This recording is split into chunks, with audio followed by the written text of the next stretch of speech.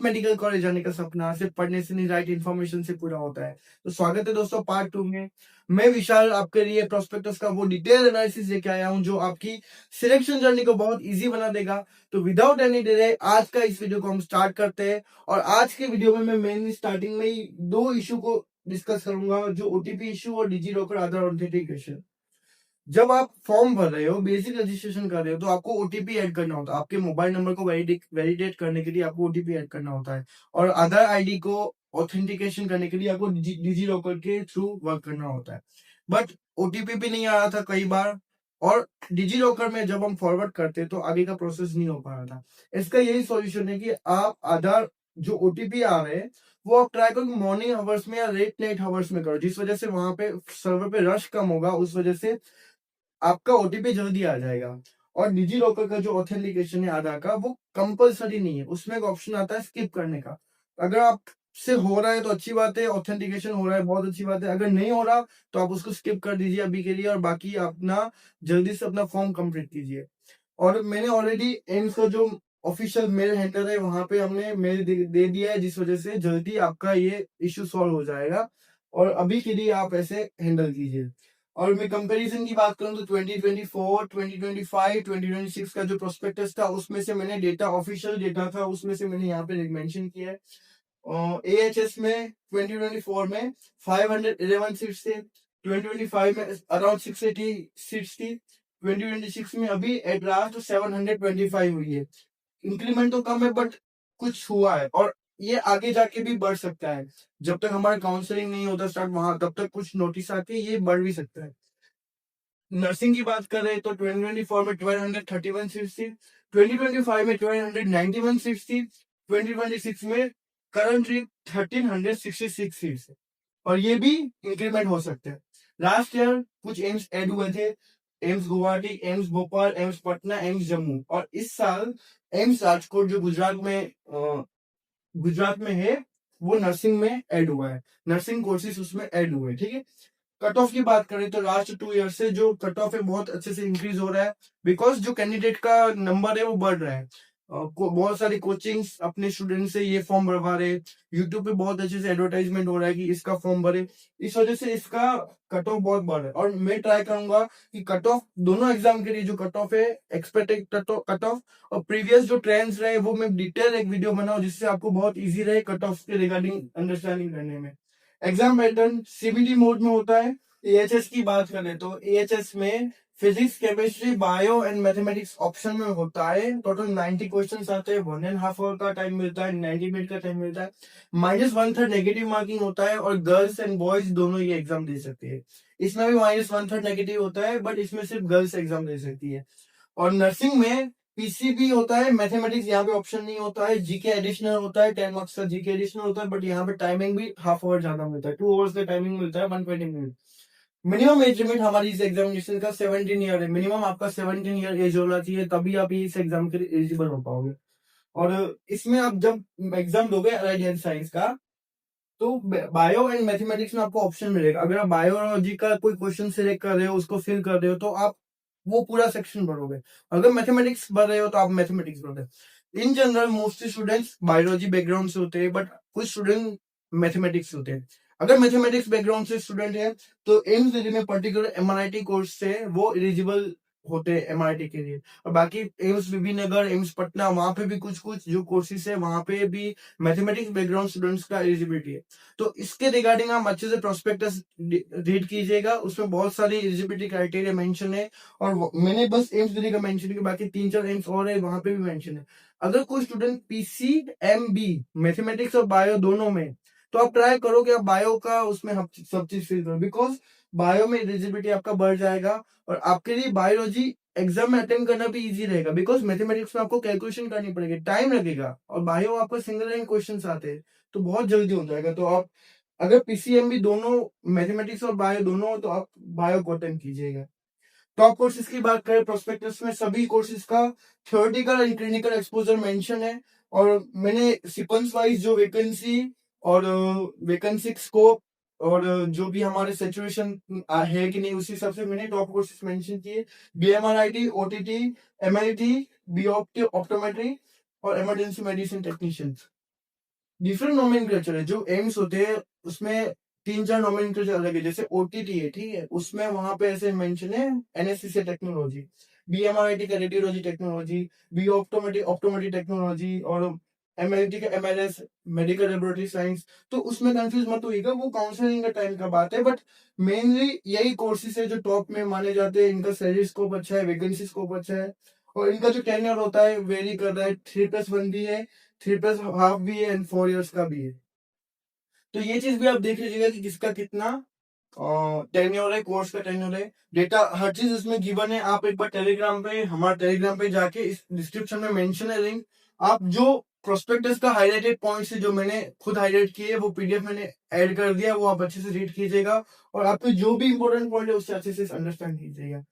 और मैथमेटिक्स में एम्स में ये मैं सबसे इम्पोर्टेंट बात आपको जो ध्यान में रखनी चाहिए, वो एम्स की जो मार्किंग स्कीम है। एम्स का दोनों जो जितने भी एग्जाम होते हैं उसमें ऐसे मार्किंग स्कीम है कि -1/3 का नेगेटिव है, बट वहां पे इन्होंने ये चीज बहुत इंपॉर्टेंट रखी है, मार्क फॉर रिव्यू। मैं आपको 1 बाय 1 समझाता हूँ। अगर आपने करेक्ट किया तो आपको +1 मार्क्स मिलेगा। आपने इनकरेक्ट किया तो आपको -1/3 कटेगा। जो आपने प्रीवियसली करेक्ट किया उसमें से -1/3 मार्क्स कटेगा। अटेम्प्ट नहीं किया तो 0 मार्क्स होगा। बट अगर आपने अटेम्प्ट किया, करेक्ट भी किया, बट उसने उसमें आपने मार्क फॉर रिव्यू रख के आए हो। एग्जामिनेशन जो ऑनलाइन एग्जामिनेशन होते हैं उनमें मार्क फॉर रिव्यू का ऑप्शन मिलता है। जब आप स्टार्टिंग में देख रहे हो तो आपको ऑप्शन मिलता है कि मार्क फॉर रिव्यू, बाद में आप रिव्यू कर सकते हो।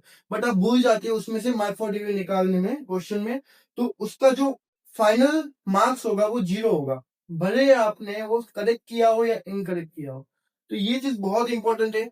और ये चीज एम्स जितने भी प्रोस्पेक्टस या फिर जितने भी फ्रीक्वेंसी आज क्वेश्चन कुछ भी उसका पब्लिकेशन से सब में ये चीज मेंशन है। बस स्टूडेंट फिर भी ये भूल जाते हैं, और एट लास्ट वो रिजल्ट में यही चीज सोचते हैं कि मैंने तो अच्छे से किया था बट फिर भी मेरे मार्क्स क्यों नहीं। तो ये चीज अच्छे से देखिए। और 2-3 चीजें, जैसे एम्स का 2-3 चीजें में ध्यान रखना पड़ता है, कैटेगरी सर्टिफिकेट का डेट, फिर ये तो ऐसे 2-3 जगह पे एम्स फंसा देता है, उस वजह से आपके मार्क्स फंस जाते हैं और कैटेगरी भी आपका चला जाता है। तो उन सब चीजों को अभी से प्रिपरेशन कर लीजिए, अभी से देख लीजिए। कुछ इंपॉर्टेंट इंस्ट्रक्शन की बात करूं तो सबसे पहला इंस्ट्रक्शन है, बेसिक रजिस्ट्रेशन आप अगर कंप्लीट किए हो तो उसके बाद आपका कोई भी चेंज नहीं हो पाएगा। जो भी आपकी बेसिक डिटेल है वो वैसी की वैसी रहेगी। तो अच्छे से केयरफुली बेसिक रजिस्ट्रेशन किए। कुछ भी आपने बेसिक रजिस्ट्रेशन के बाद एक कंफर्मेशन पेज जनरेट होगा, फाइनल सबमिशन के बाद एक कंफर्मेशन पेज जनरेट होगा, फिर इस फी पेमेंट के बाद आपका कंफर्मेशन पेज जनरेट होगा। तो सब चीजों का आप अच्छे से सेव कर लीजिए, क्योंकि फ्यूचर में आपको जब काउंसलिंग करेंगे तब वो बहुत हेल्पफुल रहने वाला है। हॉस्टल अकोमोडेशन, हर साल हॉस्टल अकोमोडेशन का बहुत इशू रहता है। इस बार तो थोड़ा बहुत मेंशन किया है, पहले मेंशन भी नहीं करते थे, फिर भी इसमें जो 3 चीजें मेंशन की है, 3-4 जगह मेंशन किया कि वहां पे नहीं मिलेगा, यहाँ पे मिलेगा। हॉस्टल सुपरिटेंडेंट के जो फाइनल डिसीजन होगा उससे हिसाब से मिलेगा। लास्ट ईयर भी इन्होंने ऐसे मेंशन किया था, बट बाद में उन्होंने दे दिया था।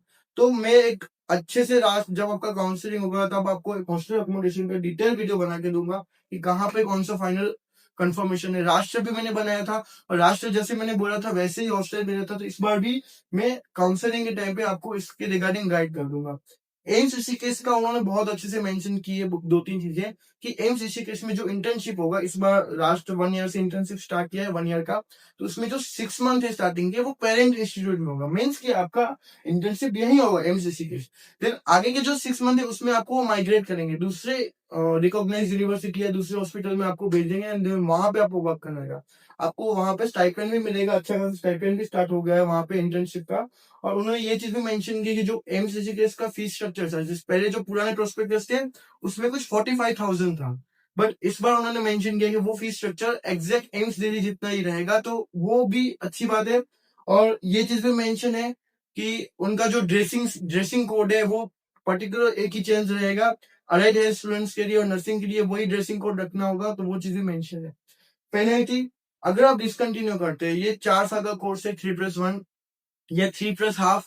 इस कोर्स इस टाइम पे अगर आप डिसकंटिन्यू करते हैं तो मेजरली जितने भी एम्स है उसमें 5,000 लगता है पेनल्टी। बट इसमें प्रोस्पेक्टस में अच्छे से मेंशन है कि एम्स पटना के लिए, पर्टिकुलर एम्स पटना के लिए जो पेनल्टी वो 50,000 है। तो ये चीज भी ध्यान रखिएगा, अगर कोई एम्स पटना में स्टूडेंट है और वो डिसकंटिन्यू करते तो उनको 50,000 आएगा। और अदर देन दूसरे एम्स है उसमें तो कोई डिसकंटिन्यू करता है उसको 5,000 आएगा ओनली। टाई ब्रेकिंग रूल्स भी है नीट की तरह, इसमें भी टाई ब्रेकिंग रूल्स है। टाई ब्रेकिंग रूल्स क्या होता है कि जब सेम मार्क्स पे बहुत सारे स्टूडेंट्स हो, एक ही मार्क्स पे बहुत सारे स्टूडेंट को, तो इसको हमें ज्यादा रैंक आगे रैंक किसको दे, उसके टाई ब्रेकिंग रूल्स होते हैं। टाई टाई आने पे कौन आगे आएगा, कौन पीछे आएगा, तो उसके यही है कि बायोलॉजी के मार्क्स उसके देखे जाएंगे, देन उसके केमिस्ट्री के मार्क्स देखे, अगर बायोलॉजी के सेम है तो केमिस्ट्री के देखे जाएंगे, केमिस्ट्री के भी सेम है तो फिजिक्स के देखे जाएंगे, और फिजिक्स के भी सेम है, बीसीपी दोनों तीनों के सेम है, तो देन उसका एज देखा जाएगा, देन उसको रैंक दी जाएगी। तो ये चीज भी इंपॉर्टेंट है कि टाई ब्रेकिंग रूल कैसे वर्क करता है। एलिजिबिलिटी फॉर नर्सिंग, मैंने लास्ट वीडियो में आपको एलिजिबिलिटी क्राइटेरिया बताया था कि 50% OBC, sorry 50% unreserved and EWS, 45% OBC answer and 40% SC ST. But इस वीडियो में मैं ये चीज बता रहा हूँ कि वो वाला क्राइटेरिया अलाइड हेल्थ केयर का था, और नर्सिंग का क्राइटेरिया 5% ज्यादा है, 55% OBC NCR EWS and UR, 50% SC and ST. तो ये चीज ध्यान रखिएगा कि 5% का डिफरेंस है, 55% में तीनों कैटेगरी कंबाइन है और 50% में एससी एसटी है। एएचएस में 40% पे थे एससी एसटी। तो ये चीज ध्यान रखिएगा, अगर आपका 12th का परसेंटेज इतना नहीं बन रहा तो आप ड्यूरिंग सीट एलोकेशन एलिजिबल नहीं होंगे और वो आपकी सीट कैंसिल हो जाएगी। तो अपना 12th का परसेंटेज 4 सब्जेक्ट का बहुत अच्छे से देख लीजिएगा कि आप एलिजिबल हो कि नहीं हो। एग्जाम के सेंटर ऑल ओवर इंडिया में जो मेजर सिटीज है सब जगह आती है, मोस्ट ऑफ सिटीज कवर हो जाती है। इस इन दोनों एग्जाम के लिए दोनों सब सीटें कवर हो जाती है। बट जो पोस्ट बेसिक एग्जाम है नर्सिंग का, जो पोस्ट बेसिक जो मैंने आपको पहले बताया था, उसके लिए बस एम्स एम्स दिल्ली, मतलब दिल्ली में ही होता है, दिल्ली एनसीआर में ही होता है। तो वो चीज भी ध्यान रखिएगा। AIIMS nursing and AHS Hindi and English दोनों लैंग्वेज में होता है, बट जो पोस्ट बेसिक एग्जाम है सिर्फ इंग्लिश लैंग्वेज में होगा। तो कोई भी स्टूडेंट जो जीएनएम वगैरह के हो तो वो भी चीजें देख लीजिएगा, फर्क कितना डिफरेंस है।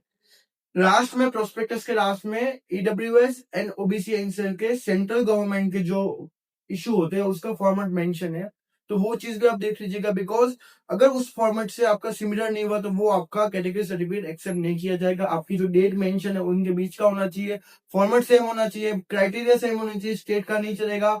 और जो टाइम आएगा जब आपका काउंसलिंग का टाइम है तब आपको प्रॉपर उसी टाइम में अपलोड करना होगा।